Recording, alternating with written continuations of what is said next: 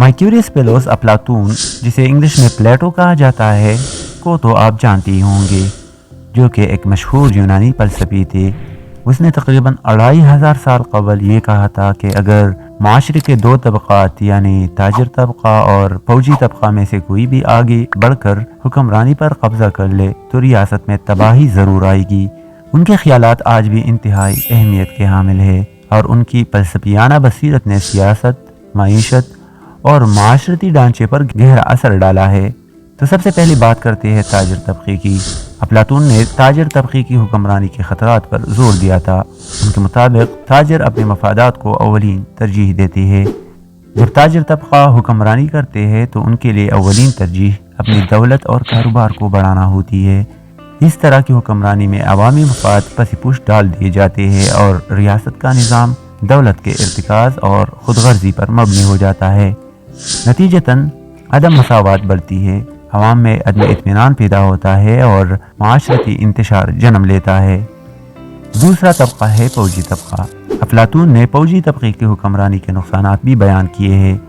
ان کے مطابق فوجی حکمران جنگ و جدل اور طاقت کے استعمال پر زیادہ زور دیتے ہیں۔ جب فوجی طبقہ حکمرانی کرتا ہے تو ریاست میں عسکریت پسندی اور جبر کا ماحول پیدا ہوتا ہے۔ اس طرح کی حکمرانی میں عوامی آزادیوں کو کچلا جاتا ہے، جمہوریت کا خاتمہ ہو جاتا ہے اور انسانی حقوق کی پامالی ہو جاتی ہے۔ فوجی حکمرانی کے نتیجے میں ریاست میں خوف و ہراس پھیلتا ہے اور عوام کا حکومت پر اعتماد ختم ہو جاتا ہے۔ افلاطون کی مثالی ریاست کیا تھی؟ افلاطون نے اپنی کتاب جمہوریہ یعنی دی ریپبلک میں ایک مثالی ریاست کا تصور پیش کیا تھا، جس میں حکمرانی کرنے والے طبقے کو فلسفی بادشاہ یعنی فلاسفر کنگ کہا جاتا ہے۔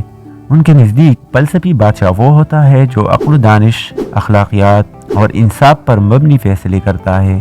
وہ نہ تو تاجر کی طرح دولت کی ہوس رکھتا ہے اور نہ ہی فوجی کی طرح طاقت کی۔ فلسفی بادشاہ عوامی مفاد کو اولین ترجیح دیتا ہے اور معاشرتی انصاف کو فروغ دیتا ہے۔ موجودہ دور کی تناظر میں افلاطون کی یہ پیش گوئی آج کے دور میں بھی درست ثابت ہوتی ہے۔ کئی ممالک میں جہاں تاجر طبقہ یا فوجی طبقہ حکمرانی کر رہا ہے، وہاں معاشرتی عدم مساوات، بدعنوانی، جبر اور عوامی عدم اطمینان جیسے مسائل دیکھنے کو ملتے ہیں۔ ان حالات میں افلاطون کے خیالات کی روشنی میں ہمیں یہ سمجھنے کی ضرورت ہے کہ حکمرانی کا اصل مقصد عوامی خدمت اور انصاف کا قیام ہونا چاہیے، نہ کہ ذاتی مفاد کا حصول۔ افلاطون کے الفاظ آج بھی ہمارے لیے مشعل راہ ہے۔ ان کی بصیرت ہمیں یہ سکھاتی ہے کہ حکمرانی کے لیے ایسے افراد کی ضرورت ہے جو عقل و دانش، انصاف اور عوامی خدمت کے اصولوں پر مبنی ہو۔